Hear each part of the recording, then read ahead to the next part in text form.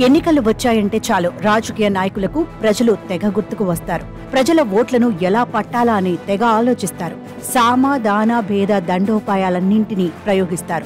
కాళ్లు మొక్కుతారు. చేతులెత్తి దండాలు పెట్టడంతో పాటు చెంపలపై ముద్దులు కూడా పెడతారు. అక్కమ్మలు చెల్లెమ్మలు అంటూ ప్రేమను ఒలకబోస్తుంటారు. మీ ఓటు నాకే అంటూ ఒట్టు కూడా వేయించుకుంటారు. వినకపోతే డబ్బులు చేతిలో పెట్టి మరీ బతిమలాడుకుంటారు.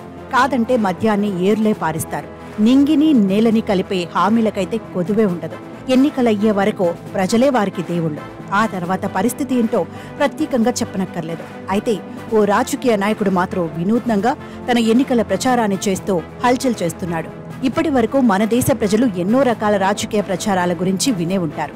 ముద్దులు పెట్టి గుద్దులు గుద్దే నాయకులను చూసే ఉంటారు. అయితే ఎన్నికలు సమీపిస్తున్న సమయంలో తనకే ఓటు వేయాలంటూ ఓ రాజకీయ నాయకుడు వినూత్న ప్రచారానికి తెరతీశాడు. సైకిల్పై తిరుగుతూ ప్రజలకు కటింగ్ చేస్తూ గడ్డం చేస్తూ ఓట్లు తనకే వేయాలంటూ అభ్యర్థిస్తున్నాడు. తమిళనాడులోని రామనాథపురం జిల్లా రామేశ్వరానికి చెందిన విశ్వనాథ్ దాస్ లేబర్ పార్టీ తరపున పోటీ చేస్తున్నారు. తనను ఎన్నికల్లో గెలిపించాలంటూ ప్రచారం మొదలుపెట్టారు. అయితే సాధారణ ప్రచారాన్ని ప్రజలు పట్టించుకోవట్లేదని అనుకున్నాడో ఏమో డిఫరెంట్ స్టైల్లో ప్రచారాన్ని చేస్తున్నారు.